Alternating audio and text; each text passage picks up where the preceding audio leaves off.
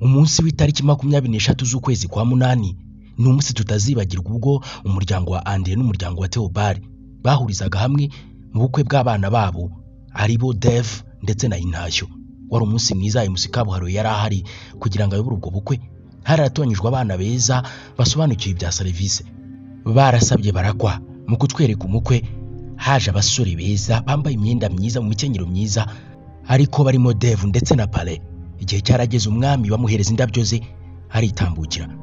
Uwari umwambariye Pale yahawe indabyo ze ndetse ubundi Dev mu nyegamo nk'umwami arindira umwamikazi. Marene yari ari mu kazi kenshi arimo atunganya neza uburyo Intashyo ari buseruke. Basaze mu mikenyero myiza ubundi bamufata ibiganza byombi bamuteza intambwe mpaka aho dawe yari yicaye. Icyo gihe byaje kugera igihe n'ubundi bamushyikiriza Dev. Umwami none habonye umwamikazi ahita akora ikimenyetso gikomeye cyane, mwambika impeta y'urukundo, amuheta ururabo. Ubundi icyo gihe impano zirakomeza, bashimira imiryango yombi. Barangije bakomeza n'ubundi byishimo nk'imiryango, basangira n'icyo kunywa. Nk'imiryango yombi twarishimye kubera yuko twari tugize umugisha ukomeye cyane. Intashyo na Dev n'abana bacu tuzi neza imico n'imyifatire, bitwaye neza mu bihe byabo ndetse batubera abana b'imfura mu bitaramo bikomeye cyane, bagiye bitanga bikomeye. Umunsi nk'uyu wari umunsi mwiza twari dutegereje twese, twagombaga gusangira, tukarya, tukanywa, tukishima.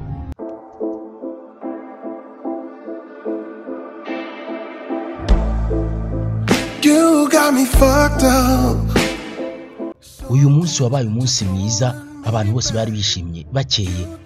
Ibiganiro byari byiza ndetse nta muntu washidikanya yuko ubukwe bwagenze neza kuko wari umunsi uteguye.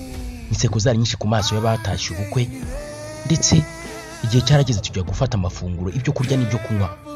Icyari gikurikiyeho icyo gihe kwari kujya gusezerana imbere y'Imana, ubundi tugafata amafoto nk'urwibutso ku buryo tuzayamanika cyangwa twajya turi amashusho y'uyu munsi tukarushaho kuwukumbura.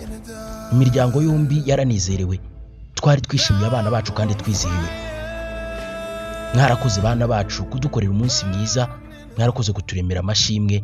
Ubundi nyuma yaho nta kindi cyagombaga gukurikiraho ni celebration.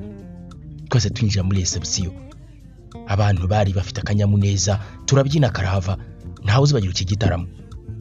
Twifurije Timote na Intashyo urugo ruhire, urugo rwiza, urugo rw'imigisha, rutemba amata n'ubuki.